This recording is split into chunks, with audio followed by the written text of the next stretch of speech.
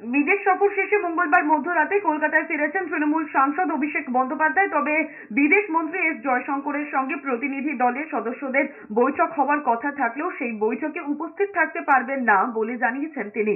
দমদম বিমানবন্দরের বাইরে বেরিয়ে সাংবাদিকদের তিনি জানিয়েছেন তার মতামত লিখিত আকারে জানাবেন কেন্দ্রীয় বিদেশ মন্ত্রককে।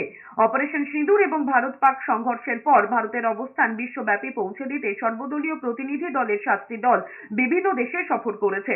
অভিষেক গত 15 দিন ধরে জাপান, দক্ষিণ কোরিয়া, সিঙ্গাপুর, ইন্দোনেশিয়া, মালয়েশিয়া সফর করেছেন। ওইসব দেশে তিনি জঙ্গি প্রসঙ্গের পাশাপাশি পাক অধিকৃত কাশ্মীর নিয়েও আলোচনা করেছেন।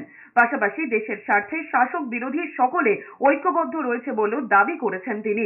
আমার পূর্ব নির্ধারিত কিছু বৈঠক এবং কর্মসূচি রয়েছে, যেহেতু আমি অনেকদিন দেশের বাইরে ছিলাম এবং ইতিমধ্যেই বাংলায় ইলেকশন অ্যানাউন্স হয়েছে, কালীগঞ্জে নির্বাচন রয়েছে, আমার কিছু নিজস্ব এলাকার কাজকর্ম রয়েছে। আমি সেগুলো নিয়ে আগামী 2-4 দিন ব্যস্ত থাকব। আমি বিদেশমন্ত্রী ফরেন মিনিস্টারকে জানিয়েছি যে তার দপ্তরকে জানিয়েছি যে আমার যা মতামত, আমি আমার মতামত লিখিতভাবে তাদের জানাবো এবং আমি সরকারকে জানিয়ে পরবর্তীকালে আপনাদের সামনে আমার যা ফিডব্যাক আমি শেয়ার করব।